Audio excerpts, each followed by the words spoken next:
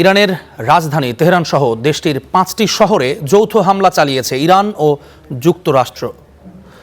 এসব হামলায় ইরানের দক্ষিণাঞ্চলীয় শহর মিনাবে একটি প্রাথমিক বিদ্যালয়ে মিসাইল হামলায় অন্তত ৫১ জন শিক্ষার্থীর মৃত্যুর খবর পাওয়া গেছে। এই হামলাকে বড় ধরনের সামরিক অভিযান উল্লেখ করে দেশটির শাসন ক্ষমতা পরিবর্তন ঘটাতে ইরানি জনগণের প্রতি আহ্বান জানিয়েছেন মার্কিন প্রেসিডেন্ট ডোনাল্ড ট্রাম্প।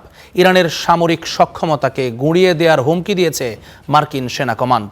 এদিকে এই হামলার কঠোর জবাব দেওয়ার হুঁশিয়ারি দিয়ে ইসরায়েলের তেল আবিব, বাহরাইন, আরব আমিরাত ও কুয়েতে পাল্টা মিসাইল হামলা চালিয়েছে ইরান।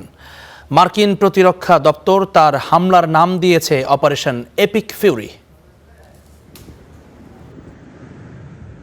বাংলাদেশ সময় বেলা 12:30টার দিকে তেহরান সহ ইরানের 5টি শহরে যৌথ মিসাইল হামলা শুরু করে যুক্তরাষ্ট্র ও ইসরায়েল। হামলায় এখন পর্যন্ত ইরানের দক্ষিণাঞ্চলীয় শহর মিনাবে শিশুসহ বহু শিক্ষার্থীর মৃত্যুর খবর পাওয়া গেছে।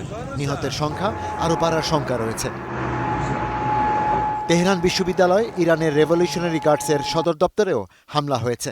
স্থানীয় গণমাধ্যমের খবরে বলা হয়েছে, তেহরানের উত্তরাঞ্চলীয় সাইয়েদ খানদান, কেরমানশাহ, কোম, তাবরিজ, ইস্পাহান, ইলাম, কারাজ ও লোরেস্তান প্রদেশেও মিসাইল হামলার খবর পাওয়া গেছে। হামলা হয়েছে ইরানের রাষ্ট্রীয় সংবাদ মাধ্যম ইরনা সহ একাধিক গণমাধ্যম কার্যালয়। তেহরানের কেশবারদুস্ত এবং পাস্তর জেলায় 7টি ক্ষেপণাস্ত্র হামলার খবর পাওয়া গেছে, যেখানে সর্বোচ্চ নেতা আয়াতুল্লাহ আলী খামেনির বাসভবন অবস্থিত। যৌথ হামলার মুখে ইরানের সর্বোচ্চ নেতা আয়াতুল্লাহ আলী খামেনিকে নিরাপদ স্থানে সরিয়ে নেওয়া হয়েছে বলে জানা গেছে। হামলার সময় তেহরানে ছিলেন না খামেনি। এদিকে ইরানের পাল্টা হামলায় সংযুক্ত আরব আমিরাতের রাজধানী আবুধাবিতে কমপক্ষে একজনের মৃত্যুর খবর পাওয়া গেছে। ইসরায়েলের রাজধানী তেল আবিব, বাহরাইনে মার্কিন সেনাঘাঁটি, কাতার ও কুয়েতের মার্কিন সামরিক উপস্থিতি লক্ষ্য করেও মিসাইল হামলা চালিয়েছে ইরান। হামলা পাল্টা হামলার জেরে নিজেদের আকাশসীমা বন্ধ করে দিয়েছে মধ্যপ্রাচ্যের বেশিরভাগ দেশ। জনসাধারণকে বাংকারে আশ্রয় নেওয়ার আহ্বান জানিয়ে মোবাইলে বার্তা পাঠানোর পাশাপাশি নাগরিকদের হোম ফ্রন্ট কমান্ডের নির্দেশ মেনে চলতে আহ্বান জানিয়েছে ইসরায়েলি সেনাবাহিনী।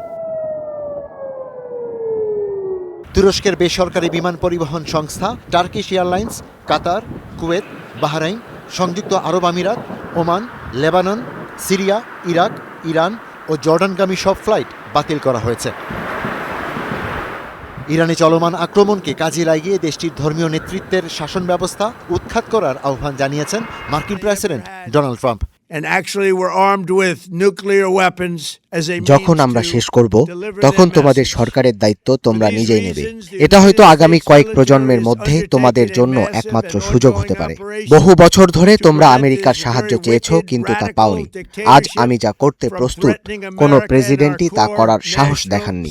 এখন তোমাদের সামনে এমন একজন প্রেসিডেন্ট আছেন যিনি তোমাদের চাহিদা পূরণ করছেন।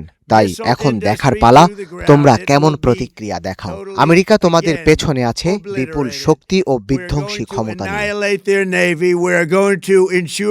অন্যদিকে ইরানের নির্বাসিত বিরোধী নেতা রেজা পাহলভি বলেছেন, যুক্তরাষ্ট্রের সামরিক ও মানবিক পদক্ষেপকে তিনি মানবিক উদ্যোগ হিসেবেই মূল্যায়ন করছেন। রাইস জমহুর ایالات متحده প্রেসিডেন্ট ট্রাম্প این است। আমার প্রিয় দেশবাসী, আমাদের সামনে এখন ভাগ্য নির্ধারণের মুহূর্ত উপস্থিত। যুক্তরাষ্ট্রের প্রেসিডেন্ট যে সহায়তার প্রতিশ্রুতি ইরানের সাহসী জনগণকে দিয়েছিলেন, তা এখন বাস্তবায়িত হয়েছে।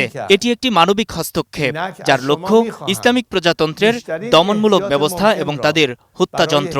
ইরানের দেশ বা মহান ইরানি জাতি নয়। ইরানের পরমাণু প্রকল্প নিয়ে 6 ফেব্রুয়ারি থেকে যুক্তরাষ্ট্র ও ইরানের প্রতিনিধিদের মধ্যে সংলাপ শুরু হয়েছিল।